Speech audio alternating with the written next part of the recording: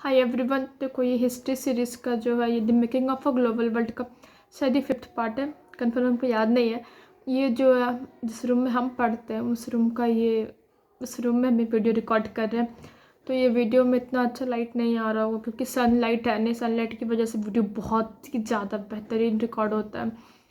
तो ये सनलाइट तो यहाँ पे आ नहीं रहा, तो रूम में वीडियो रिकॉर्ड है तो उतना तो प्रॉपर लाइट का अरेंजमेंट नहीं।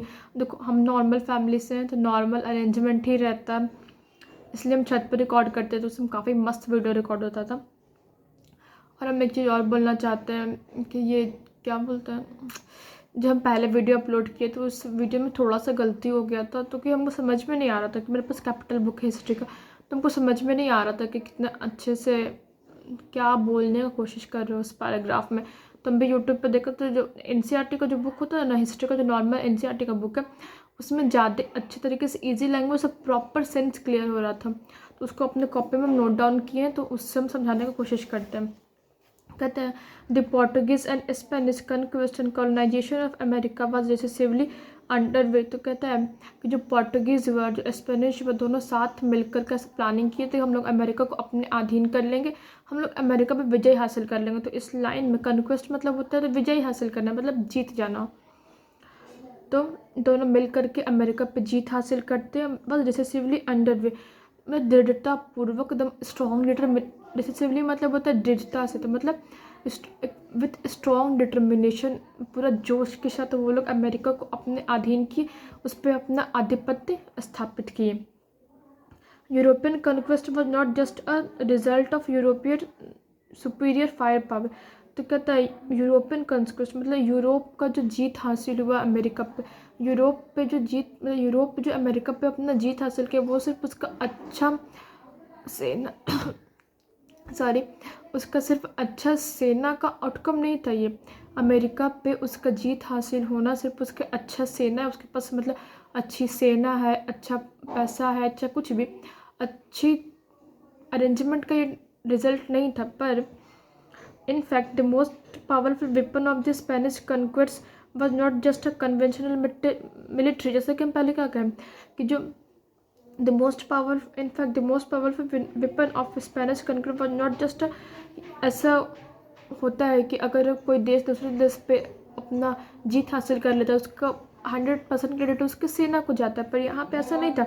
स्पेनिश लोग चाहे जो पोर्टुगीज़ लोग जो जीत हासिल किया अमेरिका पे उसका रिजल्ट ये उसका अच्छा खासा मिलिट्री पावर, जैसा कि हम पहले कहें उसका मिलिट्री पावर इसके लिए रिस्पॉन्सिबल नहीं था, उन लोग की जीत के लिए मिलिट्री पावर रिस्पॉन्सिबल नहीं था, बल्कि fire power as those of the Europeans but also the germs such as those of smallpox that they carried on their person. पर जैसे कि यूरोप में क्या था, महामारी फैली हुई थी, तो जो महामारी जो वो लोग अपने साथ ले गए थे, जो लोग जैसे कि यूरोप में महामारी फैली हुई थी तो यूरोप के हर एक आदमी पर वो महामारी का असर होगा।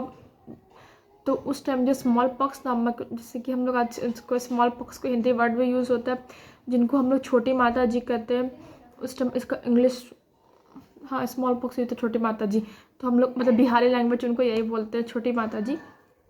तो स्मॉल पॉक्स नामक एक बीमारी फैली हुई थी यूरोप में, तो अभी तो उसका हम लोग ईजिली सॉल्यूशन हो जाता है उस चीज़ पर। उस टाइम जो हम लोग जो अभी बीमारियों को हम नॉर्मल वे में लेते हैं उस समय बहुत हाई रहता थी, उसका इफेक्ट बहुत हाई था क्योंकि उसका उस टाइम मेडिसिन अवेलेबल नहीं था।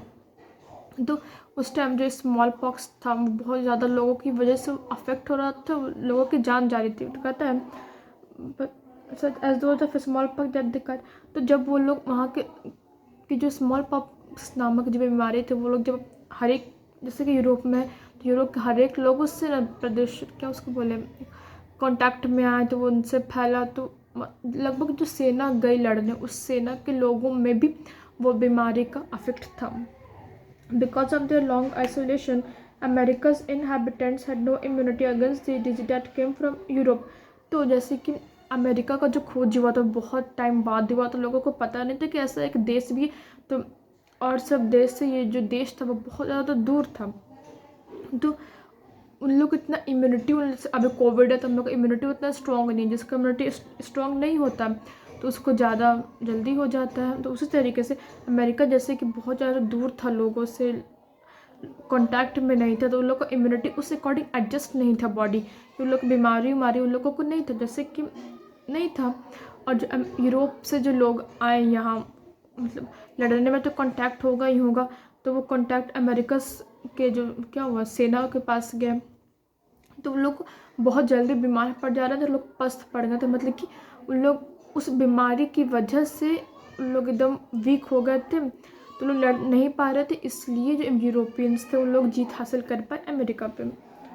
कहता है और आगे कहता है smallpox in particular proof to deadly killer.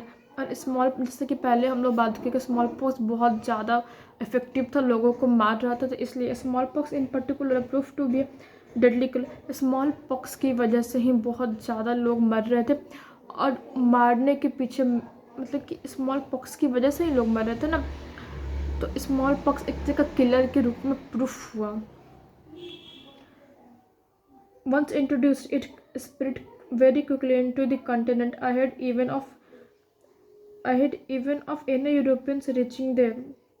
Once introduced, तो जैसे ही ये स्मॉल पॉक्स आता इन अमेरिका में आता, it even of any Europeans it spread very quickly into the, जैसे ही कोई यूरोपियंस आया अमेरिका में आया, यूरोप का लोग कोई भी आया अमेरिका में, वो वैसे तरीके से जैसे उसका आना है, कांटेक्ट होते होते बहुत तेज़ी से वो बीमारी फैल जाती है, जैसे अभी कोविड फैल रहा है।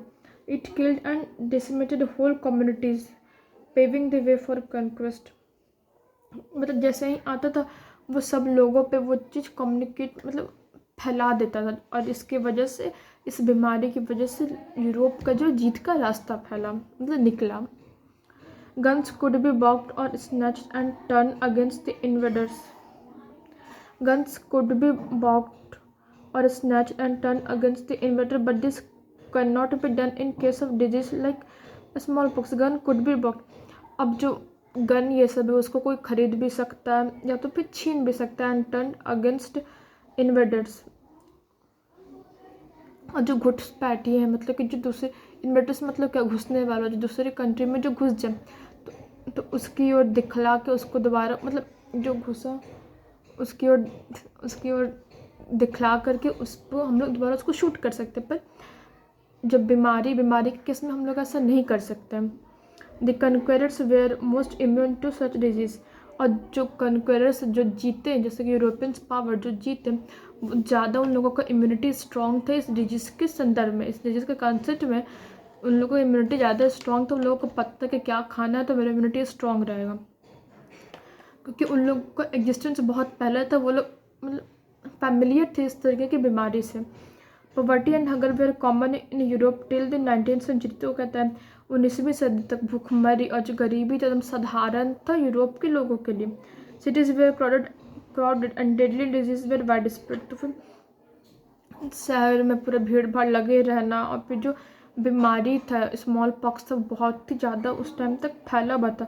रिलीजियस कन्फ्लिक्ट्स वेयर कॉमन, और ये धर्म की वजह से युद्ध होना एकदम साधारण सी बात हो गई थी उस time. The religious dissenters were punished severely. One who refuses to accept the established belief and practice. अब रिलीजियस डिसेंटर मतलब क्या, कि वैसे लोग जो किसी और के धर्म को एक्सेप्ट नहीं करना चाहते हैं उन लोगों को हम डिसेंटर्स कहते हैं। द रिलीजियस डिसेंटर, और जो धार्मिक डिसेंटर्स थे वेर पनिश सेवरली, उनको बहुत ज़्यादा लोग तड़पाते थे, पनिशमेंट देते थे कि तुम क्यों नहीं हमारे धर्म को एक्सेप्ट करो, मतलब दूसरे, देखो यूरोप जीता, अमेरिका से जो लोग आए उनको फोर्स कर रहा था कि तुम मेरे धर्म को अपनाओ, पर वो लोग इस धर्म को नहीं अपनाना चाहते थे, तो उन लोगों को बहुत ज़्यादा उन लोगों को पनिशमेंट मिल रही थी इसी चीज़ की वजह से। Due to this thousand of people fled from Europe to America, और इसकी वजह से लगभग हज़ारों की संख्या में जो लोग थे, तो इसकी वजह से हज़ारों की संख्या में जो लोग थे ना वो यूरोप से अमेरिका भाग गए थे। फ्लड मतलब क्या, भाग जाना। By the 18th century, the slaves captured from Africa and brought to America were forced to work for growing cotton and sugar for European markets. By the 18th century मतलब कि 18वीं सदी तक the slaves captured from Africa से जो लोग लाए गए थे अफ्रीका से। स्लेव्स मतलब क्या, अफ्रीका से जो गुलाम लाए गए थे, मतलब अफ्रीका से गुलाम लाता है यूरोप और उसको अमेरिका भेज देता है। America were force to work, और लोगों पर ऐसा दबाव डालता है कि तुम कॉटन और शुगर, चीनी का उत्पादन करो, प्रोडक्शन करो, हमारे यूरोपियन मार्केट्स के लिए तुम काम करो। मतलब कि कहता है कि 18वीं सदी में ही अफ्रीका से गुलाम वर्कर्स को लाया जाता है, उन लोगों को अमेरिका भेजा जाता है कि तुम हमारे लिए काम करो। Until well into the 18th century, China and India were among the world's richest country। कहता है 18वीं सदी तक चाइना और इंडिया जो दुनिया का सबसे ज़्यादा अमीर देश के रूप में उभरा था। They were also pre-eminent in Asian trade। वो लोग जो थे बहुत ज़्यादा रिस्पेक्टफुल कंट्री के तौर पे यूरोप एशियन व्यापारी में, मतलब देखो व्यापारी जो देश थे उन सब में बहुत ज़्यादा प्रतिष्ठित रिस्पेक्टफुल कंट्री के तौर पे यही दोनों देश थे, इंडिया और चाइना। प्री एमिनेंट मतलब होता पूर्व प्रतिष्ठित, मतलब पहले से रिस्पेक्ट जिसको मिलता रहा हो, लेकिन चाइना तो अभी भी है। However, from the 15th century, China had restricted overseas contact and retreated into isolation।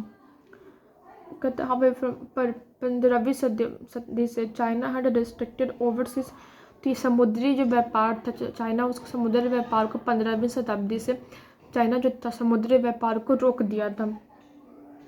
It resulted into the rise of American power. इसकी वजह से क्या होता है कि अमेरिका जो है धीरे धीरे इस्टेब्लिश होने लगता है, वो धीरे ग्रो भी होने लगता है।